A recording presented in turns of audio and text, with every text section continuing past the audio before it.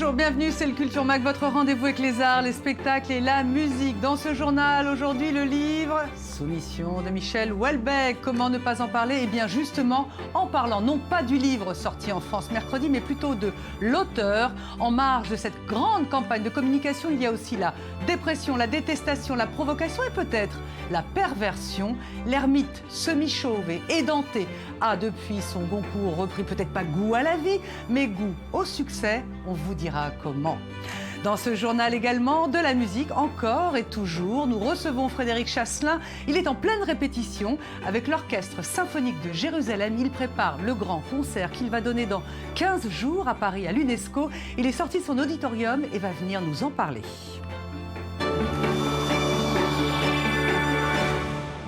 Voilà pour le sommaire. Merci d'avoir choisi i24 News. Le voici, le voilà. Qui ne l'a pas acheté? Qui ne l'a pas commandé, piraté? Quel politicien, journaliste, écrivain ne l'a pas encore commenté? Jamais dans l'histoire du livre, de la politique, des médias, un objet pareil n'aura fait autant de bruit. C'est ça, l'exception française. La littérature est au cœur du débat public. Soumission donc, le 6e roman de Michel Houellebecq est une fable triste pour les uns, un livre d'une extraordinaire consistance romanesque pour les autres. Sur les plateaux télé, les journalistes s'empoignent ou se délectent. Sur les ondes, les politiques marchent sur des œufs. L'islam et le Front National sont des sujets très touchy en France. François Hollande sur France Inter annonce qu'il le lira. Marine Le Pen sur France Info n'y voit rien d'inconcevable. Tiré en France à 150 000 exemplaires, Soumission est déjà en tête des préventes sur Amazon. Et l'onde ne commence qu'à se propager.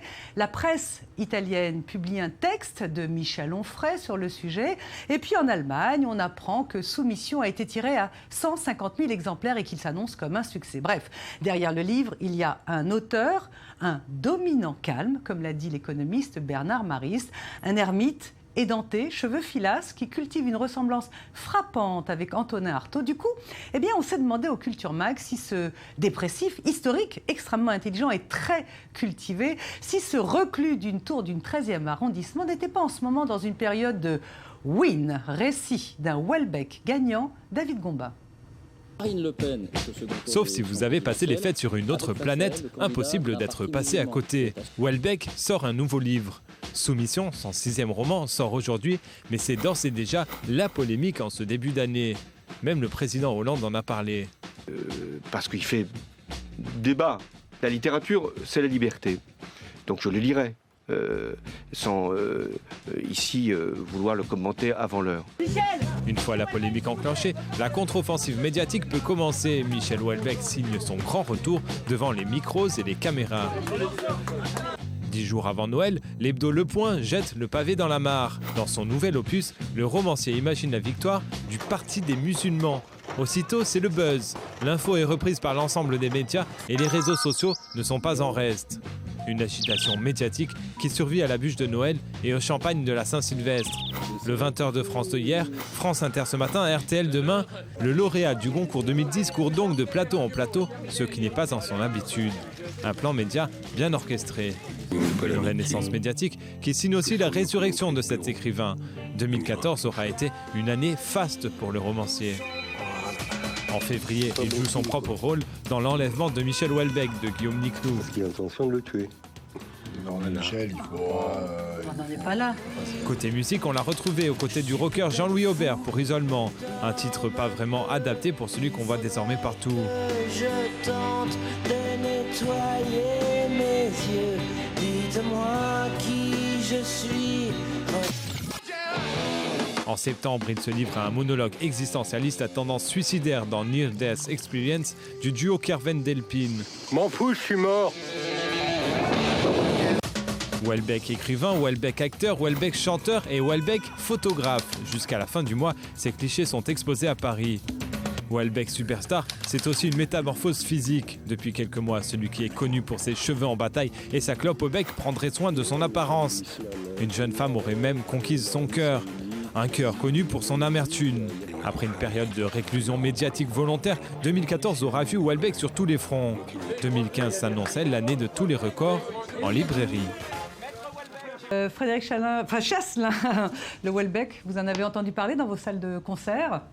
Dans les salles de concert, non, parce que c'est pas vraiment un sujet qu'on aborde au Jérusalem Symphony, parce que Houellebecq est quand même un écrivain français et mon orchestre est à 90% russe. Mais par contre, c'est un sujet que je suis très près, puisque j'ai lu tous les avant-papiers depuis Libération, Le Figaro, Le Monde, etc.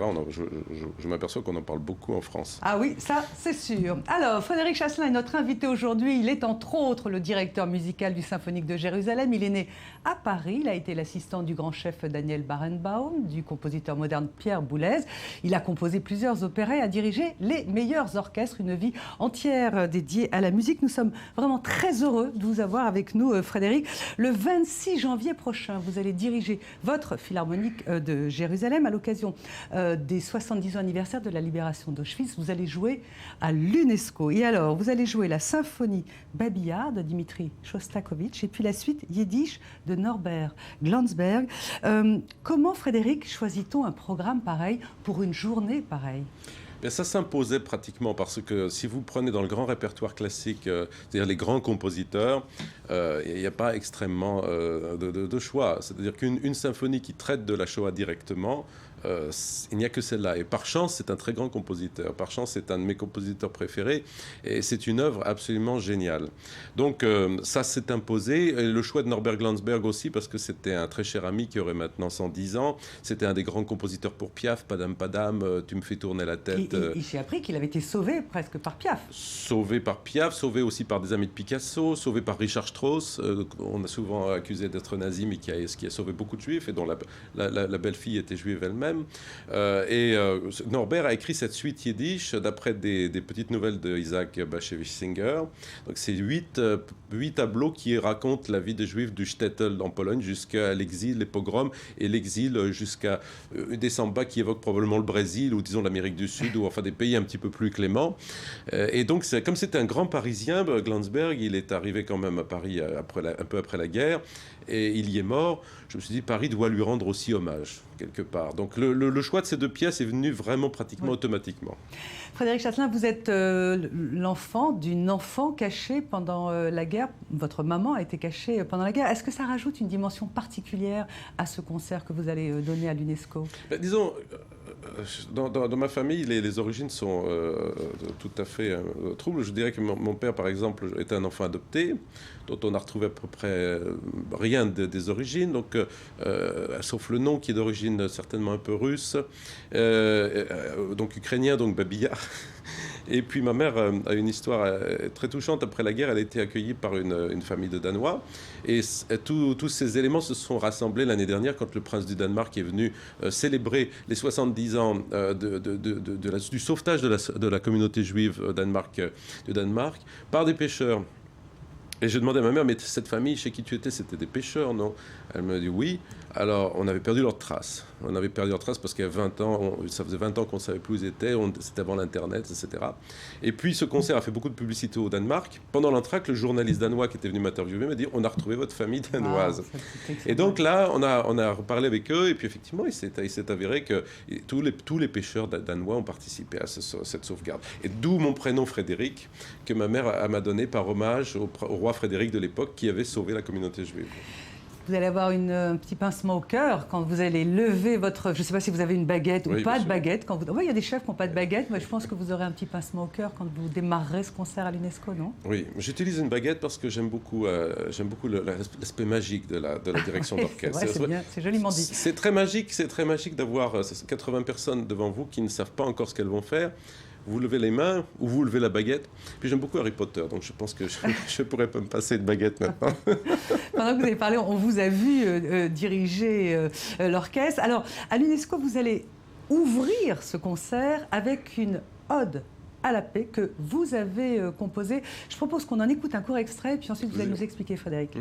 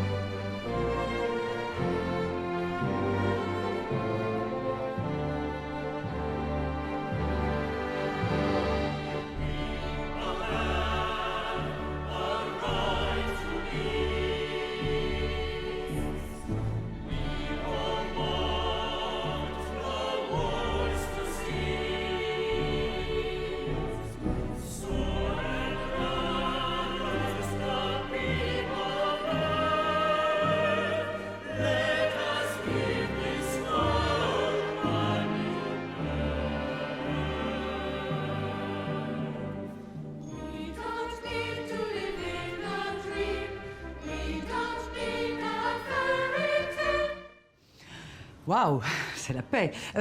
Frédéric Chasselin, c'est André Jaoui qui est le producteur de cet événement. Comment on imagine la paix en musique? C'est quoi? C'est des cuivres, c'est des clarinettes, c'est des tambours, c'est comment la paix? Ça peut être des harmonies, ça peut être... de toute façon, une ode, ça doit être un air qui accroche, déjà, pour commencer. Donc André m'a dit, c'était Michel Legrand qui devait l'écrire, puis Michel Legrand a renoncé, pour une raison que j'ignore.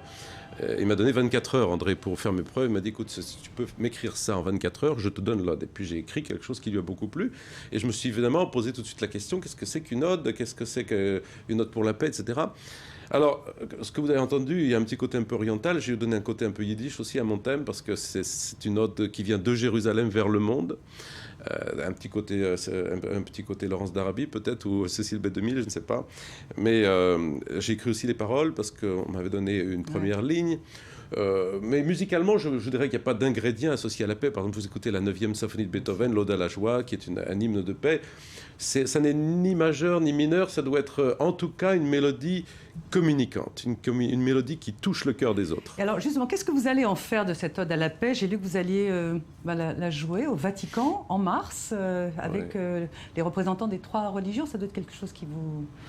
Oui, c'est-à-dire qu'elle va vraiment, je pense, jouer son rôle à ce moment-là. On va la jouer à l'UNESCO, bien entendu. Elle a été sur le site des Nations Unies le jour de la paix. Jouer devant le pape, quand même, c'est pas mal. Oui, parce que ce pape-là, je crois que ce pape-là s'investit beaucoup.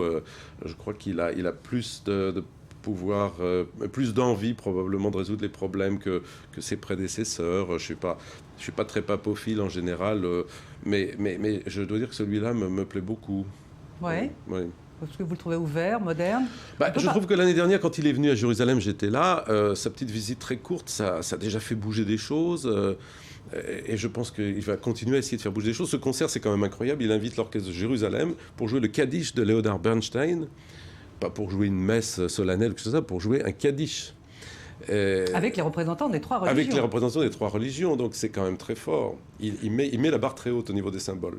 Alors, à propos de symboles, vous sentez quoi? Français, israélien, vous sentez investi? Je parlais de Daniel Barenboim, dont vous avez été l'assistant, qui est aussi très investi dans le rapprochement des communautés. Vous vous sentez investi d'une mission en tant que franco-israélien? Oui, alors, c'est compliqué, parce que moi, j'ai toujours la tentation de faire l'ALIA, de devenir israélien, etc. Parce que j'aime beaucoup ce pays. C'est le pays dans lequel je me sens le plus à la maison. Vous êtes né à Paris, hein? Je suis né à Paris, je suis pas né, j'ai grandi à Paris, j'ai fait mes études en Allemagne, en Autriche, etc. Mais c'est vrai qu'ici, je me sens totalement chez moi. D'un autre côté, je me dis que faire mon ALIA, c'est peut-être trop tôt. Tant que je suis investi d'une position officielle, je préfère être un ami d'Israël, parce que je pense que ce pays a besoin d'amis. Alors on peut dire évidemment, je suis un ami qui suit de parti pris. Mais en tant qu'artiste, je parlais d'artiste, je parle pas de votre trajectoire personnelle, mais en tant qu'artiste, vous vous sentez investi d'une mission? Oh oui, tout à fait, parce que la musique peut faire bouger des choses. Ouais. C'est très compliqué d'un autre côté, parce que, comme vous le savez, il y a un problème avec plusieurs personnes dans ce coin du monde. Et arriver à faire venir les personnes qui sont en face au concert, c'est pas facile, il y a tout un tas de problèmes. Moi, j'aurais envie d'aller jouer dans certains coins où il est un peu dangereux d'aller jouer. Il y a plein de choses qu'on ne peut pas faire. Il y a plein de choses que j'aimerais faire, mais qu'on ne peut pas faire.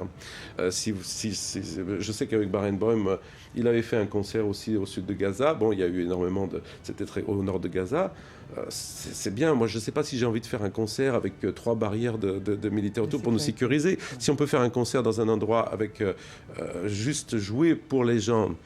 Il est impressionnant, Barenboim, quand il est très impressionnant, évidemment.